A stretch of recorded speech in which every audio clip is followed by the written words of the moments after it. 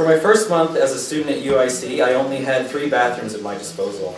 People would ask me how I liked college, and I would tell them, "It's okay, but I can't find any of the bathrooms." Not only was this an honest answer, but it also proved an effective strategy to deflect any mention of my intended major, which was English, where job prospects go to die. I always have and probably always will have trouble locating bathrooms, but the bathrooms at UIC seemed forever out of reach, like I needed a password or membership in a secret society. I eventually shared my trials with a fellow student, someone I vaguely knew from high school but who was nice enough to listen. She gave me the most valuable piece of information I would receive as an undergraduate. All of the lecture halls at UIC have bathrooms, but for reasons either unknown or forgotten, they are all on the second floor. A trip to the bathroom at UIC often requires an investment of a flight of stairs, but it was a price my bladder and I were more than happy to pay. Armed with this information, I found that UIC has plenty of bathrooms.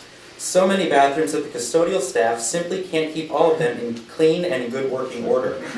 Upon walking into one of these newfound bathrooms, it was often the case that one or more of the urinals or toilets would be covered in an enormous garbage bag.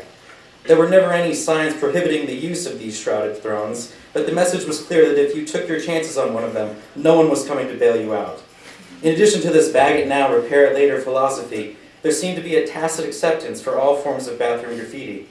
The bathroom walls at UIC are filled with this sort of artwork. There were, of course, the numerous references to cunts, faggots, and the requisite penis doodles.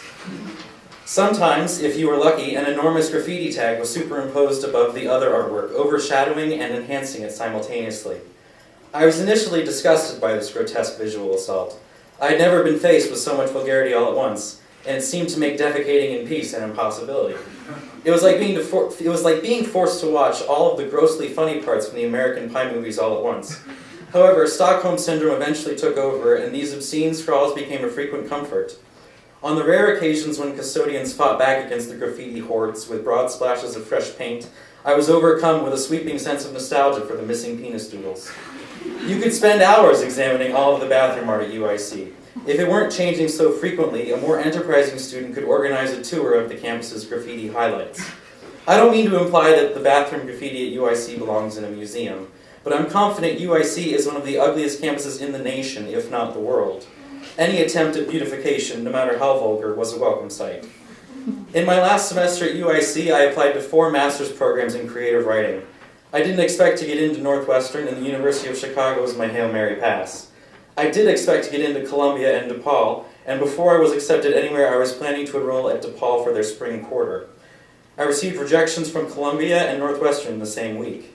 In April, I was offered admission here to the University of Chicago. Given how long it's taking DePaul to give me any sort of response, I should probably ask for a refund of my application fee. Without any other options, I accepted the offer from UChicago immediately. I'm afraid to probe too deeply into exactly how I got into a school I've wanted to attend since I was 17. For now, it's enough to embrace how much I love it here and to continually tell myself I'm not the dumbest person in my classes. I first visited UChicago the summer before my senior year of high school. Having some awareness of the school's reputation, I was confident I wouldn't be admitted, so it was mostly a tourism visit. 2 of my friends and I took the metro to 59th Street to see what all the fuss was about. My older sister also came along, despite the fact she was already happily enrolled at another 4-year institution. We didn't want to live the life of the mind, we just wanted to see where and how it lived. Taking the tour that day felt like walking through a movie set where they were filming the perfect college movie on the perfect college campus. It was and is the platonic ideal of what I think of as a university. Even though I loved every minute of that initial campus visit, I still didn't apply. I considered it, but quickly dropped the idea when I read through the essay prompts. They were too hard, but I told everyone it was because they were too nerdy. When I found out I got into UChicago for grad school, I didn't believe it. I thought it was some mistake or cruel joke. It wasn't until I activated my UChicago email address that I felt reasonably confident I wasn't getting punked. Once I was the proud owner of my own @uchicago.edu, all of my naive and idealistic memories from that initial tour rushed back with a vengeance. I moved into my graduate student housing assignment at the beginning of July, and I made my first trip to campus as an official student the same week. Despite the intense construction happening everywhere at once, the campus and buildings were just as Sony, ivy-covered, and Hogwarts-esque as I've remembered. For 2 reasons, my initial campus exploration led me to Regenstein Library. The first was because I wanted to get my student ID as soon as possible, and they were printed in the library. I needed concrete evidence that I was a UChicago student. mostly for myself, but also to offer proof to anyone who might ask. So far, no one has asked. The second and equally important reason is because the narrow windows and beige facade of Regenstein seemed like a younger, more upbeat version of the prison architecture so prevalent at UIC. I didn't necessarily miss UIC, but I was craving something familiar. The morning I made this fateful journey was hot, almost steamy, and it rained off and on for most of the day. My enthusiasm for becoming a maroon trumped any common sense about avoiding the weather, so I'm happy to report that my ID picture makes me look like someone who stumbled into the wrong university. My hair is damp and messy with both sweat and rain, and my eyes look vaguely stoned behind crooked glasses. After acquiring this precious, if embarrassing, piece of plastic, I proceeded to look for my first UChicago bathroom. By now, it shouldn't seem strange that my first impulse upon entering the library of a world-class university, a place where primarily only students are allowed to tread, was to use the bathroom. I was determined to find as many bathrooms as possible before I set foot in any classroom. I also had a deeper, more ulterior motive. I was looking for highbrow bathroom graffiti. Considering the University of Chicago is known for cultivating the life of the mind, I was hopeful its bathrooms would cultivate something similarly highbrow, maybe graffiti of the mind. I wasn't sure what exactly I meant by highbrow bathroom graffiti, but I was confident I'd know it when I saw it. I had a vague notion it would include haikus or iambic pentameter verse about genitalia. What I found in the first floor Regenstein bathroom was incredibly disappointing. It's not that what I found wasn't highbrow, I just didn't find anything. They must have just repainted the bathrooms, I reasoned. As I mentioned earlier, everything was under construction. As the construction wound down each week and more students arrived on campus, I still failed to find any form of bathroom graffiti, highbrow or otherwise. I started worrying that the life of the mind precludes frivolities like bathroom graffiti, or that bathroom graffiti as a category excluded anything that could be called highbrow.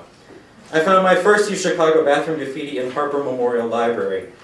One of the first floor men's rooms in Harper has quite a bit of graffiti, but I'm unconvinced I can reasonably call it highbrow. One of the stalls bears the link for a band's website. The last thing I want to do in any restroom is check out a band called Derek of the Ceaseless Fun. On the opposite wall, there's a lovely penis doodle and many of the necessary profanities, but strangely, the most prominent scribbles are references to Bible verses.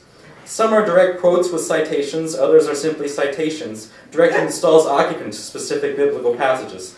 I always have a Bible in the bathroom, don't you? In the adjacent stall is the holy grail of bathroom graffiti and easily Kurt Vonnegut's most recognized and reproduced work. Here I sit all broken-hearted, tried to shit but only farted. Below this, someone wrote, "Yeah, no one's ever written that on a stall before." Just down the hall, the graffiti becomes much more interactive. Above the stall's toilet paper dispenser, someone wrote, "U of C diplomas, take one." And above that, there's the suggestion to write good racist jokes here. Maybe the only difference between highbrow and lowbrow bathroom graffiti is better racist jokes. A stall on the second floor is marked with a large admonishment to stop thinking of yourself as unique and to instead admit you are nothing more than a mixture of archetypes. I guess the takeaway from all of this is that I may be the dumbest person in my classes, but I'm not the dumbest person using the men's rooms. For a while, I hoped the female restrooms were veritable murals of graffiti, both high and lowbrow. In my wild imaginings, every line from the Vagina Monologues was written in various ladies' rooms across campus. Several Georgia O'Keeffe flower paintings were painstakingly reproduced in Sharpie, and Annie DeFranco lyrics were scrawled on every mirror. I mentioned I was working on this essay to some female friends, but without mentioning my visions of their lavatories. They gently told me that the women's restrooms do have graffiti in Harper as well as the Rentals Club, so you can go check it out.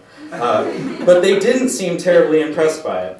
They generously offered to take pictures of said graffiti so I could determine its high or lowbrow status, but I politely declined. The last thing I need is people texting me pictures of ladies' room artwork. Plus, I'm sure nothing they send me could live up to what I have in mind. So the next time you're in the bathroom, feeling inspired, and have a suitable writing utensil, no pencil please, go ahead and write or draw a little something. Don't worry if it is or isn't highbrow. I worry enough for all of us. If the University of Chicago isn't interested in raising the bar for bathroom artwork everywhere, I can accept that, but it doesn't mean I'll stop hoping. Thank you.